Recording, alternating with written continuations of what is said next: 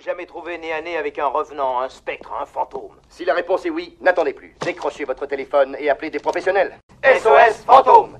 Nos spécialistes sont à votre disposition 24 heures sur 24. Où SOS Fantôme passe, les spectres trépassent. Osez parler, nous sommes prêts à vous croire! Qu'est-ce que le ghosting?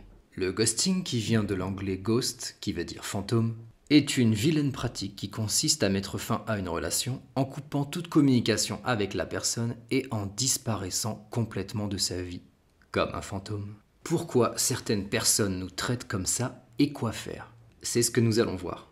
Il y a tout d'abord plusieurs cas de figure à un ghosting. Vous avez rencontré quelqu'un depuis quelque temps et soudain, il ne vous donne plus aucune nouvelle. Il ne répond plus à vos messages ni à vos appels.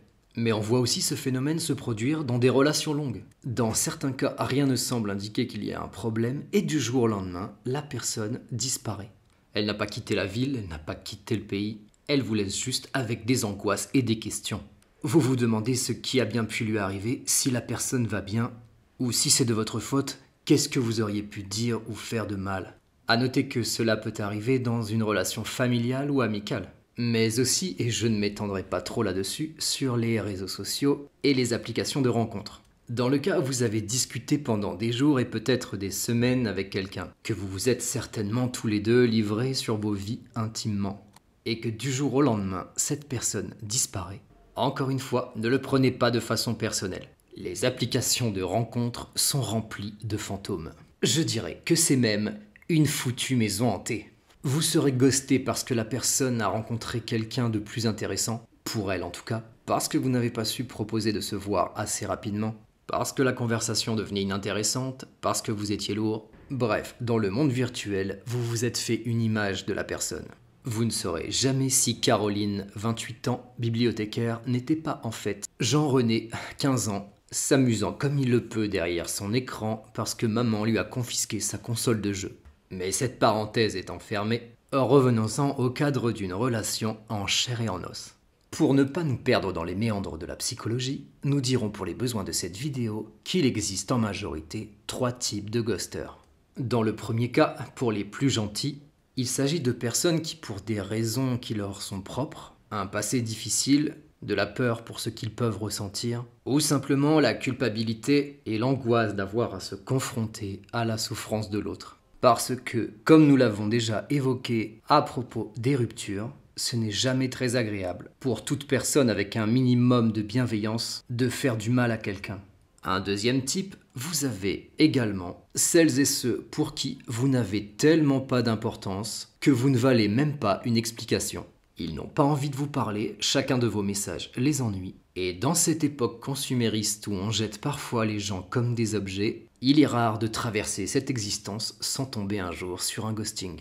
Et maintenant, le troisième type, les manipulateurs et manipulatrices. C'est dit, il y a des personnes qui vont vous ghoster juste pour vous voir souffrir. Parce qu'ils savent que tant qu'ils ne sont pas clairs avec vous, tant qu'il n'y aura pas eu de fin à cette histoire, le livre reste ouvert et votre attention est focalisée sur lui.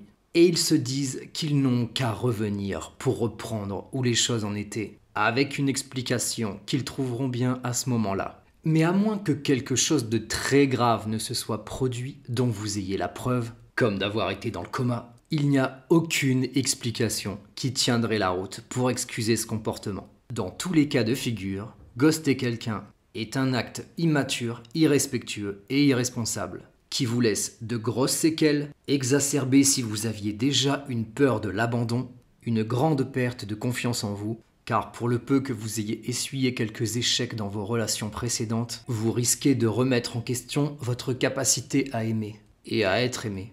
Mais acceptez bien que d'avoir été ghosté ne définit pas votre valeur. Cela détermine juste quel genre de personne vous aviez en face de vous. Et oui, car dans la vie, nous allons rencontrer d'autres situations qui génèrent de l'inconfort. Alors, j'ai une question pour vous. Voulez-vous vraiment passer votre temps à être angoissé à l'idée d'être avec quelqu'un qui est capable de vous ghoster dès que quelque chose le contrarie? Maintenant, dites-vous que même si vous n'avez pas d'explication, le message est là. Vous avez croisé le chemin d'une personne au comportement toxique. Ne les laissez pas heurter votre ego. Considérez que cette personne vous a fait une faveur en vous dévoilant cette facette de sa personnalité. Car en restant avec elle, vous seriez allé au-delà de problèmes bien plus graves sur le long terme. Bien sûr, cela n'enlèvera en rien la déception que vous ressentez, mais gardez la foi. Ce coup-ci, ce n'était pas votre jour de chance, mais continuez votre chemin et vous rencontrerez bientôt des personnes tout à fait saines qui vous feront oublier les fantômes de votre passé. Du moins selon un vieux singe. Et si vous souhaitez mes conseils pour une situation personnelle, vous trouverez comment me contacter sous cette vidéo. En attendant, si vous avez subi un ghosting, n'hésitez pas à en discuter autour de vous. Ceux qui vous aiment devraient vous rappeler combien vous avez de la valeur, et lorsque les fantômes reviendront pour vous hanter, votre porte leur sera fermée. Alors ne vous en faites pas, quoi qu'il arrive, tout ira très bien.